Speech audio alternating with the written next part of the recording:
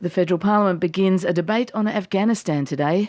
Nearly a decade on from the original deployment, MPs on all sides will have their say on whether Australian forces should stay the course or be withdrawn. In a moment, Greens leader Bob Brown, who leads the charge for a troop pullout. But first, Defence Minister Stephen Smith joins us in the Parliament House studio. Minister, good morning. Good morning, Fran. Minister, do you ever put the two words Afghanistan and victory in the same sentence? Well, I put the words Afghanistan and completing our mission together. I think it is important to understand precisely what we are seeking to achieve in Afghanistan. Afghanistan was once a hotbed of international terrorism for Al-Qaeda. It is still at risk of becoming that again. So our mission is to prevent Afghanistan from becoming a breeding ground for international terrorism, which is a risk to Australia and Australians. To do that, we've got to put the Afghan security services, the army, the police, in the position to run their own affairs, run their own security arrangements, to take care of security. And that's why our mission in Oresgon province is a training mission. And of course, we're part of a 47-nation coalition in that respect. Alexander Downer was the foreign minister when we committed to Afghanistan in the first place. And he says this in an article in the Spectator magazine, we've already achieved our initial mission, getting rid of Al-Qaeda in Afghanistan. Well, it is the case that we have seriously undermined Al-Qaeda, but it is not the case that Afghanistan is free from becoming a breeding ground either for Al-Qaeda or for the Haqqani network or for other terrorist groups, and again becoming a threat internationally. So if we were to leave tomorrow, which is the argument of some, my grave fear is that that risk would emerge very quickly. We can't be there forever. We don't want to be there forever, but we can't leave tomorrow. So what is our way forward? Our way forward is to do what we've been doing, which is to try and train and mentor the Afghan National Army in Oresgon province, the Afghan National Police in Oresgon province, to take care of their own security arrangements to prevent that from occurring. And that is replicated by the United Nations mandated international security assistance force throughout Afghanistan itself. So it's fair to say that our mission has changed or morphed since we've been there, that, as Alexander Downer again says in that article, says victory is impossible. At one point, we were thinking of something else, not training security forces. Look, I think a couple of things. I think, in future years when people look back, they'll see a couple of things which are very clear. One was we were there initially, not just Australia, but the United States and others. And then we either left or reduced the resources, distracted by Iraq. That was a mistake. Secondly, when we came back in 2005, 2006, I think it is the case that it took us too long to actually define and focus on what was realistic, what was achievable, and what was actually required. We've seen in recent times, literally in the last 18 months, 2 years, the Rydell Review, the McChrystal Review, the Obama Review, and a series of significant international conferences, The Hague, London and Kabul itself, and looking forward to Lisbon. I think we've now got a defined international strategy which will work. It's not just a military strategy, it's a military and political strategy. It's got to put the capacity in the hands of the Afghans to run their own affairs, particularly so far as security is concerned. But it also means at some stage there has to be a political rapprochement, which is why Australia has been strongly supporting the notions of reconciliation and reintegration. I think it took us too long, and when I say us, I mean the international community generally, too long to really get down to define what we had to achieve, what risks we were trying to offset or stare down.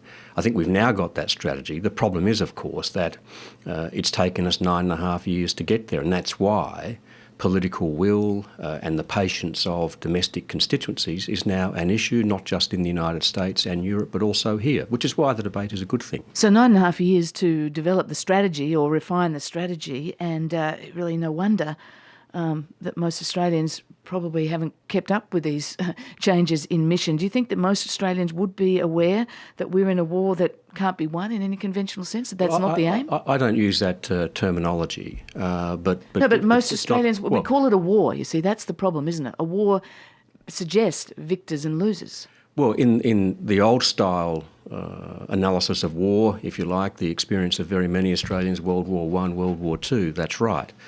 But I define it differently. We need to put Afghanistan, particularly their security forces, in a position of managing their own affairs. We can only do that not by staying forever, but by training them.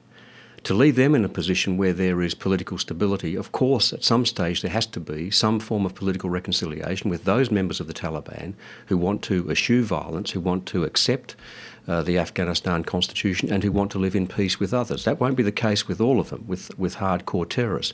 But these things are now being progressed in a methodical way. Where are we at with negotiations with the Taliban? I mean, how far has that progressed? Well, firstly, at the London conference last year, I made it very clear that Australia strongly supported reintegration and reconciliation efforts. We indicated we would contribute over $125 million over a period of time to support those efforts, and $25 million of that is already being utilised.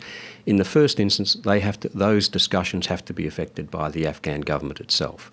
And as you would have seen from reports and suggestions, in a very preliminary way, those things are occurring. In the end, there has to be some form of political reintegration, some form of political reconciliation, so that Afghanistan is stable, not just for Afghanistan itself, but also for its region. The other key factor, of course, is implications not just for Australians in Oresgon, but more generally, is Pakistan. And the truth is Australia was one of the first countries to realise we had a significant problem, not just in the Afghanistan-Pakistan border area, but an existentialist threat to Pakistan itself, which is why, over the last 3 years, we've considerably enhanced our engagement with Pakistan and been, together with the US and the United Kingdom, at the forefront of efforts to draw the Pakistan problem to the international community's attention. Though one of the problems is, as we engage with Pakistan, there's also plenty of evidence to suggest that Pakistan is still engaging with, if not just the Taliban, then Al-Qaeda too. There is no doubt that Pakistan has improved considerably. Both the Pakistan government, its security forces have improved considerably its efforts, but there is a long way for Pakistan to go. I think one thing, or a couple of things, people will want to hear about an exit plan in this debate, as part of this debate. Well, how close are we to withdrawal? Does that 2 to 4 year timeline still hold? Well, I don't talk in terms of a defined time. We are saying that to complete our mission... Because it's dangerous to do that? I think that if you put a particular time on it, then you miss the point. The point is, we want to put the Afghan security forces in a position to manage their own affairs. That's, to use the jargon, conditions or metric based. We think that we can do that in Oresgon province on a 2 to 4 year timetable. The international community at the Afghanistan conference in Kabul itself believes that it can be done on a 2014 timetable, and the NATO ISAF Lisbon summit in November of this year will set out the roadmap for that. So 2 to 4 years, in our view, is realistic. That's the advice we have from CDF, and we think we can make that. And so for people listening to this debate over the next 2 weeks acutely, will they get some clear benchmarks that describe, as you just say there, our task is to get the Afghan people to a point in the Oresgon province where they can manage their own affairs? What would that look like? Will you spell out clear and measurable objectives? Well, that will be the objective of the Lisbon conference. I think we have to. I think Peter Gratian has made the very good point today that you can't... But forget the Lisbon conference. What about the Australian government? Presumably you and the Defence Force are looking at clear and measurable objectives. We have to be able to measure the capacity of the Afghan National Army and the police force. It can't be an entirely subjective thing. And we've done a lot of work on that in the past. We continue to do so, and we'll provide the benefit of our own analysis to the Lisbon conference in November. But it's something which has to be done objectively, and it will be uneven. So we still don't have them. The Australian government and our Defence Force still don't have a clear set of national objectives for... Well, that's not right. The national objective is very clear. It is to put the Afghan security forces, the Afghan National Army and the Afghan National Police in a position of managing their security affairs. That's why the entire focus, effectively, of our effort is on training. That's been the case for the last couple of years. As I said earlier, one of the mistakes that has been made generally by the international community was firstly leaving Afghanistan effectively in 2002, and then when the international community came back in 2005, 2006 after the Iraq distraction, taking too long to focus on these objectives. We now have a very good focus. The key now is implementing those effectively in a reasonable timetable. And just very briefly, when we do a cost-benefit analysis of this war at the end, will it be worth it, not just in dollars but in lives lost, 21 Australian soldiers, thousands of Afghan civilians, including children? We continue to have a very significant threat from international terrorism, not just in Afghanistan but elsewhere. Regrettably, that will be a feature of life for Australia and the rest of the world for a long time to come. staring down international terrorism is unambiguously in our national interest, and that's what we're doing in Afghanistan. Stephen Smith, thank you very much for joining us. Thanks, Fran. Thanks very much. Defence Minister Stephen Smith. You're listening to RM Breakfast. It's 14 minutes to 8.